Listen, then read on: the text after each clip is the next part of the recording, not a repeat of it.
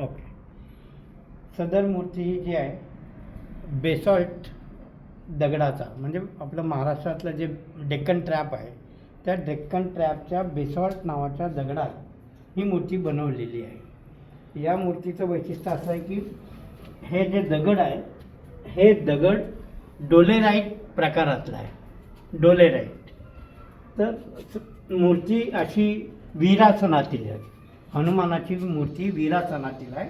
या मूर्तीला चपेत मुद्रा हनुमान असं म्हटलं जातं.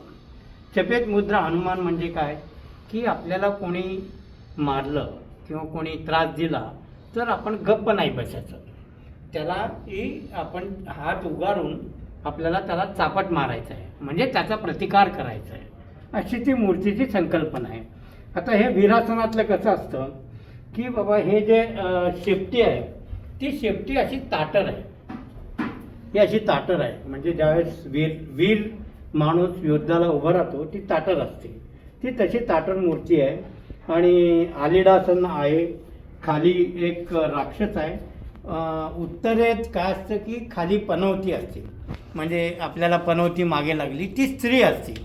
पण महाराष्ट्रात जे आहे ना हे रामदास स्वामींच्या नंतरच्या काळातील अशी मूर्ती बनल्या गेल्या.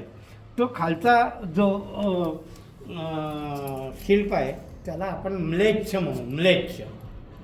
म्लेच्छ म्हणजे काय की जे परकीय होते त्यांनी आपल्या इथल्या समाजाला त्रास द्यायला लागला. त्याचा विनाश करण्याकरता या बलाची उपासना आपल्या युवकांनी करावं आणि त्या बलाच्या उपासनेमुळे आपला समाज, आपलं वस्ती वाडा वगैरे त्या या लोकांपासून संरक्षण होईल. म्हणून त्यांना तालमीमध्ये मुलांना तयार करायची संकल्पना समर्थांनी निर्माण केली जास्तीत जास्त. म्हणजे समर्थांच्या काळापासून तुम्हाला तालमींचे मोठ्या प्रमाणात गल्लोगल्ली पेटांमध्ये किंवा आणखीन गावागावात मिळतात. शिवाजी महाराजच्या काळात काय होतं की शिवाजी महाराजांचे सैन्य मावळे ते सगळीकडे जात नव्हते आणि त्यांना इतक्या ठिकाणी जाणं शक्य नव्हतं. मग असं आपल्याला गावोगावी गल्ली गल्ली असे तालमी उभं करून तिथे या युवकाला तयार करायचे. मग हा युवक तिथल्या आजूबाजूचा परिसर तो हे करायचा, म्हणजे काय करायचा की बाबा सांभाळायचा.